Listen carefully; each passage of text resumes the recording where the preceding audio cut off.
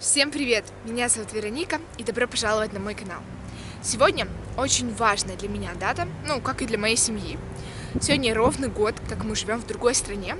Мы живем в Словении. Словения — это очень крохотная страна. В ней население буквально 2 миллиона человек. По меркам России это очень мало. Сегодня я вам все подробненько расскажу о нашем переезде и как же сейчас обстоят дела в Словении. Поэтому заваривай себе чайка, а мы погнали! Кстати, хочу вам немного показать, где я живу. К примеру, задний план — это мой двор. И он на самом деле безумно огромный. Это еще не все, еще впереди очень красиво.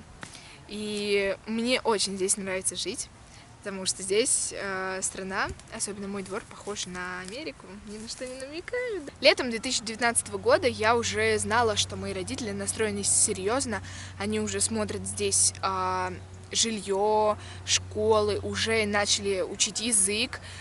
И тогда я даже не верила, что, это со мной случится, что я буду жить в другой стране. Это просто как сказка, реально. Это для меня было что-то новое. Я никогда не переезжала из своей страны. И училась я в одной школе все 6 лет, пока не переехала сюда.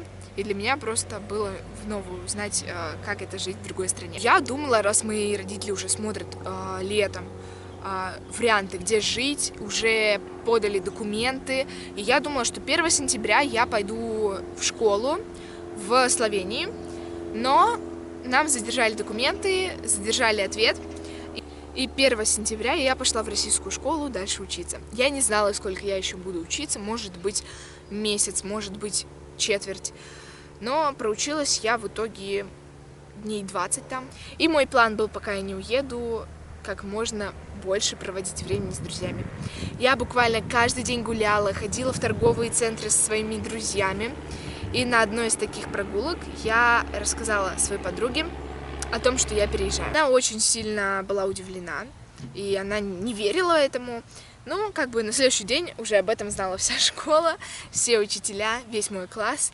И мне, конечно же, большинство людей не поверило. Я об этом и знала, но я же знала просто, что я перееду, поэтому мне было как-то все равно. Приходит ответ от посольства в октябре, где-то в начале октября. Нам наши документы приняли, и нам разрешили въехать в Словению. У нас было условие: в течение 2 недель мы должны уже собрать вещи и уехать с России. Мы так и сделали. 18 октября 2019 года в 5 часов утра мы сели в машину, и 20 октября мы уже были в Словении. Я безумно была рада.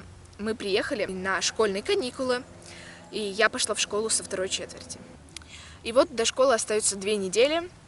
Я не знаю, чем себя занять, интернета дома нет. Я ходила, гуляла, здесь рисовала. Слава богу, у меня есть сестра, с которой не так уж и скучно, как одной. И мы с ней вместе гуляли, познавали местность, ходили в магазины, развлекались. В общем, было весело. И вот настал тот день, когда надо было уже идти в школу.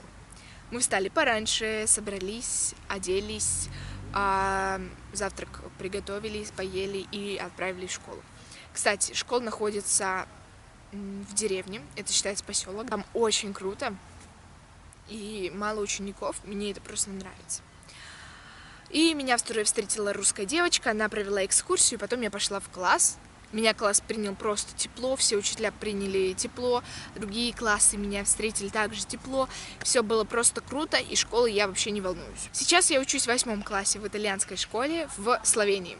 Я перепрыгнула 1 класс, потому что здесь дети, они ходят в школу с 5-6 лет.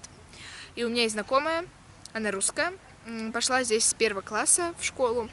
Ей сейчас лет 9, может 10, она, представляете, в 5 классе. И, кстати, если вам интересно посмотреть, как же выглядит школа, то заходите на мой инстаграм, там есть просто пост, все фото школы, в чем мы ходим, плюсы, минусы, все есть в моем посте, поэтому переходи, я тебя там жду. И также просматривай другие фотки, там много чего интересного. И давайте сейчас поговорим о языках. Получается, я сейчас учу русский, итальянский, английский, славянский. 4 языка. И то я на этом не хочу останавливаться, хочу дальше. Меня почему-то тянет на корейский язык. Не знаю почему. Я, как, наверное, освою немного итальянский со славянским, начну его изучать. До изучения славянского и итальянского языка я думала на самом деле, что у меня просто нету приспособленности к языкам, к изучению языков. Я думала, что я вообще никогда не буду знать много языков, и что я учу английский 5 лет где-то, и все на одном и том же уровне. Я поэтому думала, так же будет с итальянским и славянским, но это не так. Итальянский, он догнал мой уровень английского. На итальянском я могу спокойно разговаривать всю прогулку со своей подругой.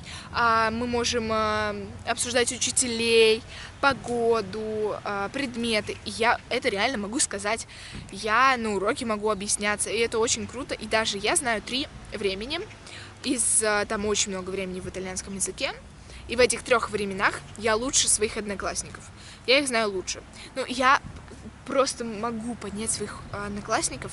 Они больше 12 времен в итальянском языке, и они знают больше 12 времен. И, конечно же, у них путаница в голове.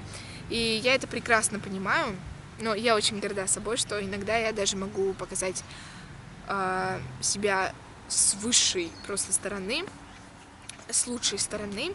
И я могу даже в чем-то быть умнее своих одноклассников. Это очень круто.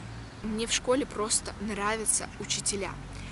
В школе я обожаю просто своих всех учителей. Они настолько крутые, все очень позитивные, очень интересные. У них уроки просто интересные. Это очень круто. Все учителя молодые. И это настолько круто, и мне прям хочется ходить в школу снова и снова. Со славянским же у меня немножко похуже. Но как бы я живу в Словении, и у меня вроде тоже сейчас должно все потянуться, потому что я хожу на волейбол и в конский клуб, на коней, и там мы говорим только на славянском, поэтому я думаю, там я тоже подтянусь с языком, и у меня все будет круто.